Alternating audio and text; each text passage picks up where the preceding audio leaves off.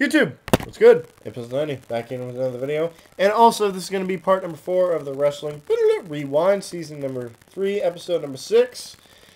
For those of you who don't know, I'm a member of the Pro Wrestling Rewind. It's myself and my good buddy jvandiesel. There he is right there. How you guys doing? Basically where we run down Raw, SmackDown, Impact, pay-per-views. We do our little fantasy draft, which he is totally kicking my ass at currently. Sure not. Jaylee. Damn. But yeah, top 5. Now it's time for another top 5. We're going to do top 5 best and worst matches of 2012 because the year is coming to a close. Now, JV does not have a top 5, but he has matches that he wants to mention that are good and bad. Well, some of them, it's kind of a good list, I guess. Right. You know? Yeah. I mean, I guess you can consider it a list. We're going to start with the worst or the best? Let's go with worst. Okay. I gotta say, for a fact, because I know a couple of yours too, and a couple of mine are a couple of yours. One of them is Ricardo Rodriguez versus Santino Marella in that tuxedo match. Oh, Jesus. That's kind of horrible. It was, I think, the most deplorable idea they could use with Ricardo. 2. Or I should say 4. Not to be mean, but to be honest, even though it was a funny idea for a match, the Miracle on 34th Street fight match from this past Monday Night Raw. Oh, my God. Wow. Let me just say, I can understand you guys using a steel chair and going back to a bowling ball like you did in the Attitude era, but really, a pumpkin pie? A teddy bear? What the hell was that? That's a question. What the hell that was? I don't know. What the hell was myself? I was just trying to figure it out. Yeah. Let me think here. Another one. I don't have another one for me. No? Well, for work, no. Okay. Alright, now, I'm gonna do my worst. This is in top 5 fashion.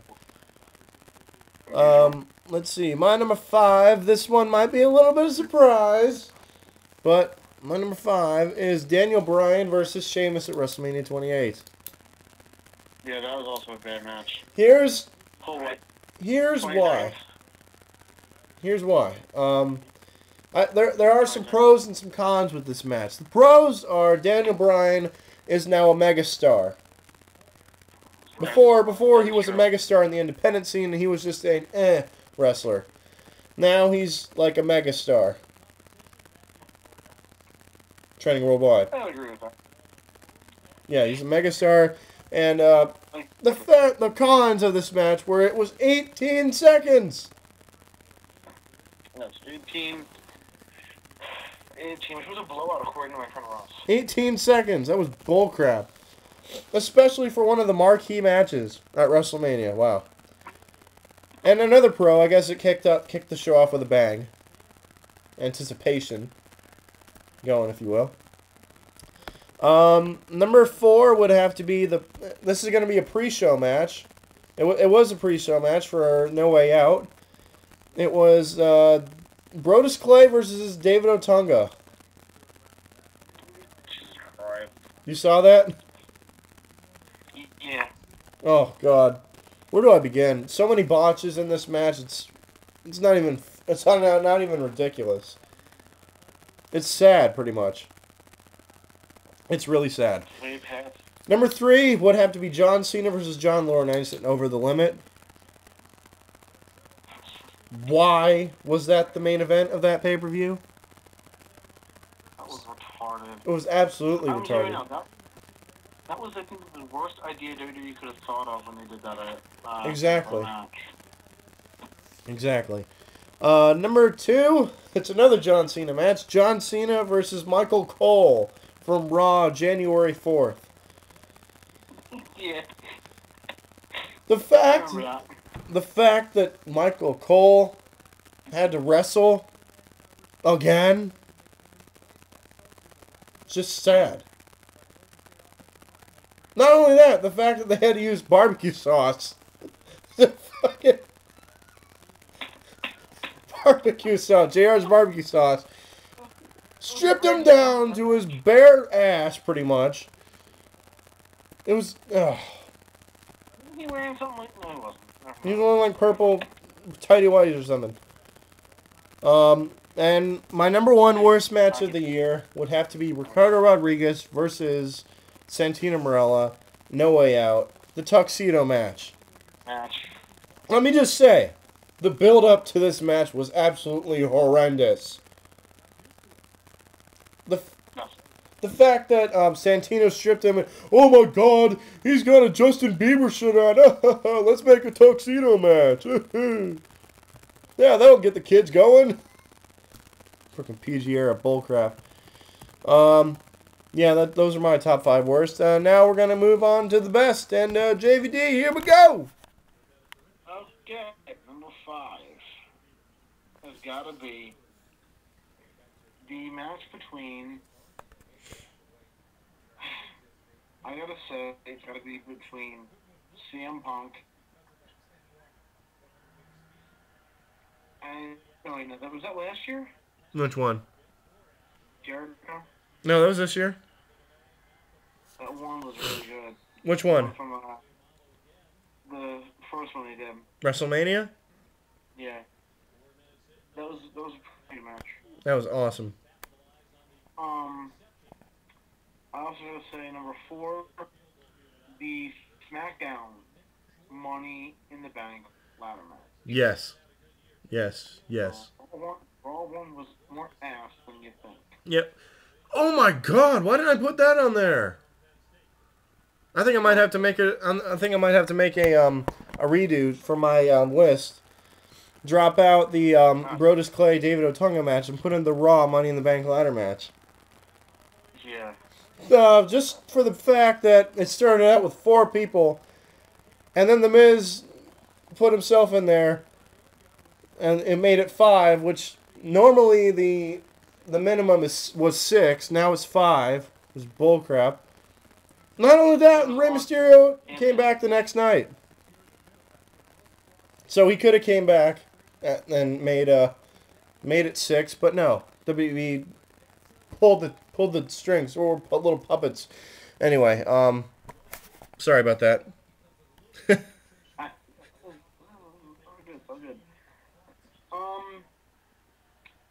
What was that on, number 3? I believe so, because you were mentioning the Money in the Bank. That was number 4. Yep. So number 3. Mhm. Number 3 has gotta be, even though I don't like the guy, he's a good heel. Absolutely. In his U.S. title match against Kofi Kingston, R-Truth, and Wade Barrett. Oh, that was a great Fatal 4-Way. The Fatal 4-Way match. That was on Raw, wasn't it? On Raw, yep, with the Raw active voting. Mhm. Number 3. 2. Two. Now keep in mind, this can be any organization. It can be TNA, ROH, WWE. Well, yeah, I have one TNA in this one. I have one TNA in this one. Okay. Jeff Hardy, Austin Aries, ladder match, title. It was a damn good ladder match. Yes, it was. I got points either way, so I mean, yeah, absolutely. Duh. Winning. Oh, by the way, one of the ones I wanted to mention for the worst one, Hell in a Cell, Ryback, CM Punk. Oh, yes, absolutely. That's going to be my dishonorable mention. Dishonorable Yes. The number 1, I think, was going to be your number 1. It was, of course, the Hell in a Cell match. Triple H Undertaker, end of an hour. By far. The WWE title match meant shit. All right. The world title match, 18 seconds, that meant shit. All right. Here we go. This list might contain some what's the word for it? Surprises. Surprises, if you will. What about profanity? Huh? What about profanity? Profanity? No. Unfortunately. Sorry. You want to keep it PG rated? No, I don't want to keep it PG rated. Balls to use any profanity? Balls to the wall. Shit, balls, man. Anyway, number 5 is, let's see. 1, 2, and 3. 3 of the 5 matches I was there live to see. Oh, fuck you. 3 of the 5 matches that are on my top 5 I was there live to see. I'm proud to say that.